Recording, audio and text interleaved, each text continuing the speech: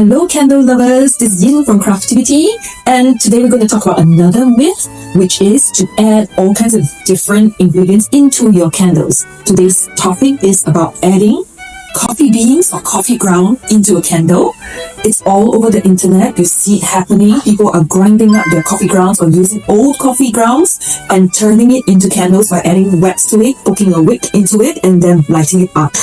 We're going to show you why this is not a good idea and how unsafe it can be. The other myth that's going around on the internet, and it's getting crazy because it looks so beautiful, so gorgeous, is adding glitter to your candles. Now, it looks beautiful, it's really eye-catching, but is it a good idea to have your candles filled with beautiful, sparkling glitter made from plastic particles? Okay, first, coffee grounds. They look great, very aesthetically pleasing. It's supposed to give off the aroma of fresh coffee beans when you burn it. Well, the perceived idea is there. It's also something that's affordable and cheap, and it's an ingredient that you can find everywhere. In fact, you use it every morning.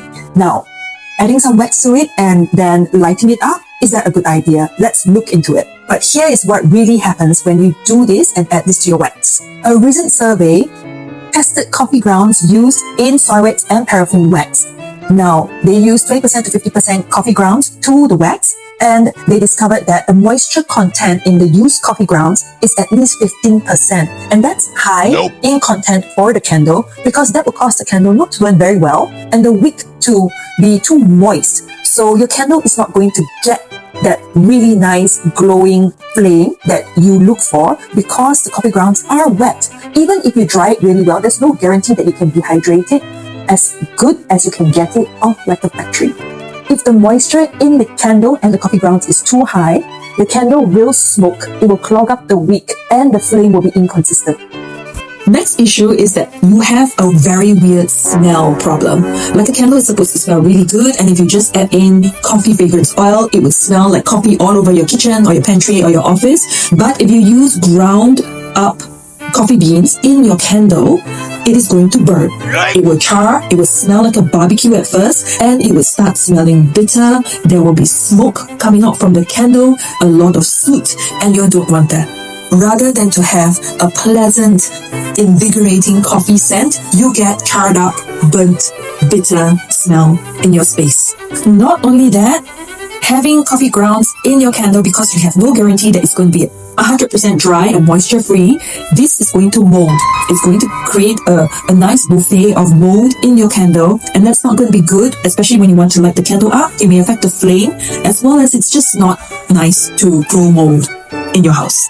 Not only that, coffee grounds can catch on fire. So instead of it burning on the wick itself, when the pool of wax melts on the surface, it's going to move all the coffee grounds towards the wick. And there you have a pool of very highly combustible ingredients that may cause a bigger fire, and that's going to be dangerous for you. Let's take a look at glitter. It's beautiful, it's great, it's really fun, but is it really worth the risk? First, we want to talk about what glitter is made of. Most glitter is made out of plastic particles. You're talking about PET, PVC, acrylic, and when you burn this, these are going to create toxic fumes. They look good, but they smell bad. Having glitter in your candle also reduces the candle performance. This is because the wax will melt around the glitter, and the glitter will travel towards the wick, much like the coffee beans. And once the glitter touches the wick, it clogs up the wick and inhibits the fire from burning well.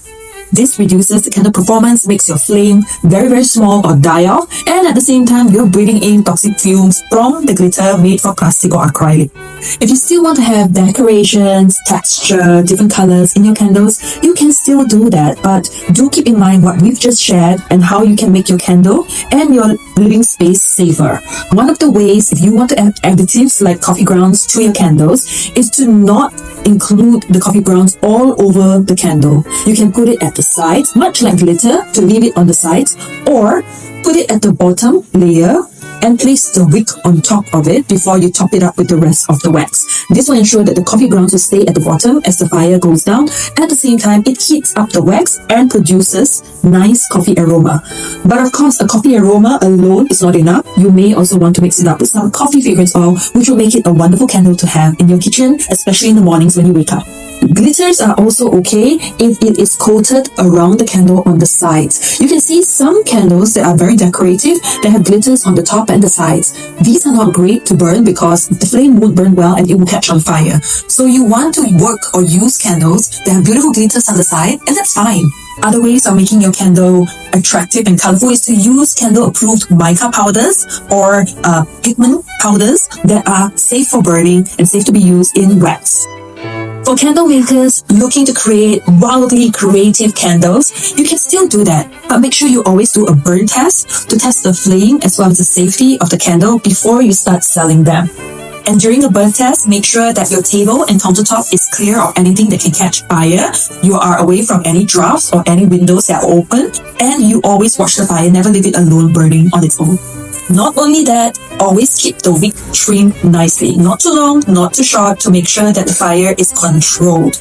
And do not burn longer than what the manufacturer or the seller advises. Usually a candle burns safely for not more than 4 hours. Anything above 4 hours, give it a rest. Light it up the next day or after 4 hours and your candle will be safe. Otherwise, it may be too hot or the flame may be too large and it could cause a fire hazard. So there you have it.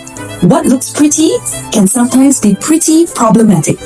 If you found this helpful, like this video for more candle safety tips and content. Subscribe to this channel, share this video with other candle lovers or candle makers out there. Comment below if you've ever made candles from coffee grounds or glitter. We'd like to find out your experience as well as the results. See you in the next one.